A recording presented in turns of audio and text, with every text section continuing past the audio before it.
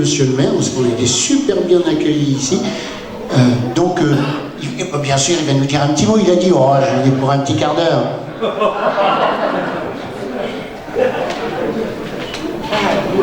Mes chers électeurs, non, pardon. Donc, mesdames, messieurs, bonjour. Soyez les bienvenus à Fontaine-Chalandré pour cette édition du Printemps des Poètes 2023. Je retiens ces mots. Jamais la météo nous a contraints à organiser la manifestation en intérieur.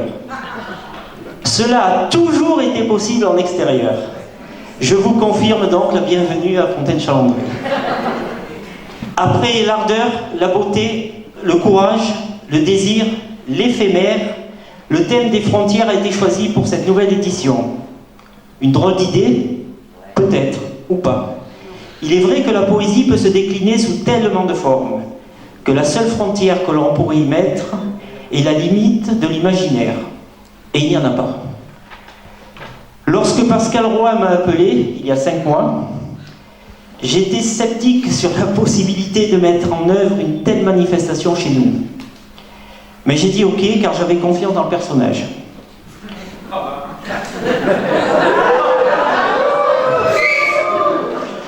Donc, contrairement à ce que vous pensez, mon choix n'a pas été trahi. Au fil des semaines, j'ai vu le général Roy, ou plutôt le chef d'orchestre Roy, poser un cadre de référence, inciter les uns, les autres à préciser les interventions, définir un plan d'organisation pour le modifier au dernier moment face à une météo capricieuse. C'était hier soir. Bravo Pascal.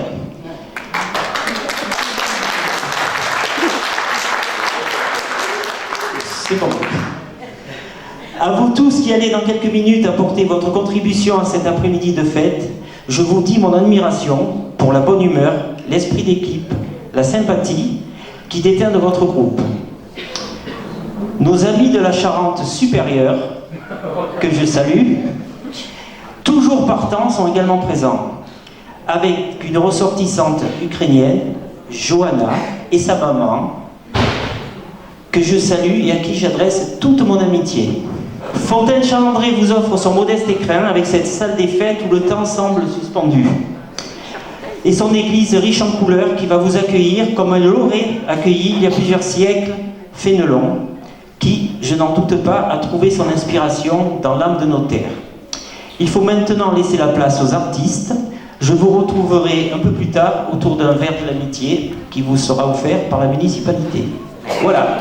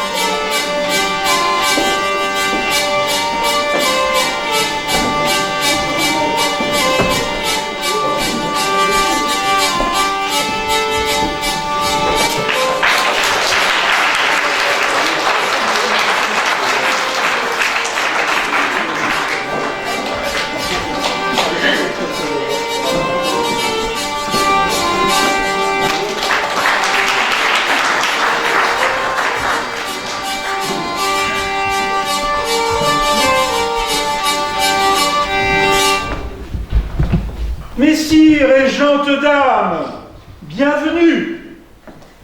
Je me présente à vous en tant que grand sénéchal de ce magnifique château de Fontaine-Chalandré. Et dans un premier temps, je vais vous conter un peu bref résumé historique de l'histoire locale. Si le nom, dans le nom de Fontaine-Chalandré, si le nom de Fontaine, l'origine est bien connue, cela vient de fond, qui signifie source, celui de Chalandré est plus imprécis. Peut-être cela vient-il de la Chalande, qui était l'ancien nom de l'Antenne, rivière qui prend sa source au bas du village.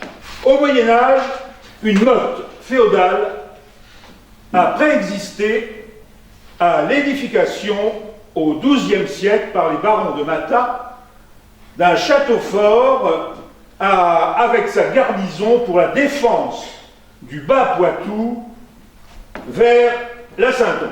Les premiers seigneurs de Fontaine apparaissent au XIIIe siècle, officialisés en seigneurie à partir du début du XIIIe siècle donc.